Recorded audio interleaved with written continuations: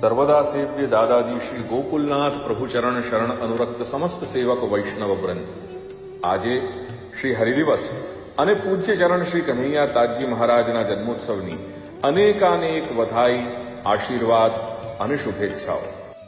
એકમેવ બ્રહ્મના સચ્ચિદાનંદ રૂપી ત્રિવિધ પાસાથી ચેષ્ટા માત્રમાં ઘટિત થતું આ ત્રિવિધ રમણ ભગવત ક્રીડા છે.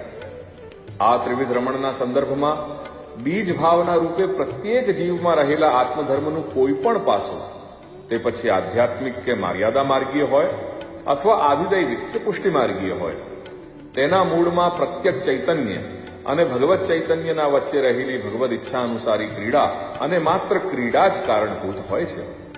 સરળ શબ્દોમાં પ્રત્યેક અંશ અને અંશી અર્થાત જીવ અને ઈશ્વર વચ્ચે બની રહેલી પ્રત્યેક ચેષ્ટા ઈશ્વર વિચારિત રમણનું જ એક પાસું છે.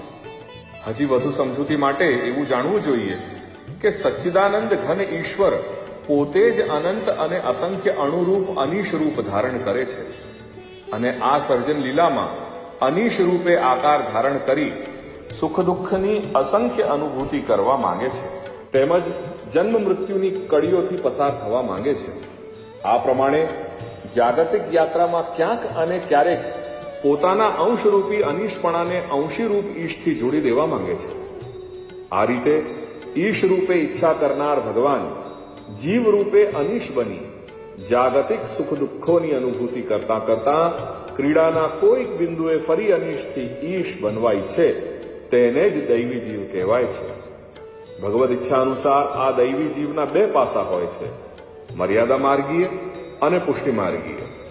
તેવી જ રીતે માત્ર લૌકિક સુખ દુઃખ અનુભવતા પ્રલયકાળ પર્યંત જન્મ મૃત્યુના ચક્રમાં પડી રહેનારા જીવો પ્રવાહ માર્ગી કહેવાય છે. તેથી શ્રી ગોકુલનાથ પ્રભુચરણ શરણ અનુરક્ત સમસ્ત સેવક વૈષ્ણવજન, આવો હજી આ બાબતની જટિલતાને થોડું વધારે ઊંડાણથી સમજવાનો પ્રયાસ કરીએ.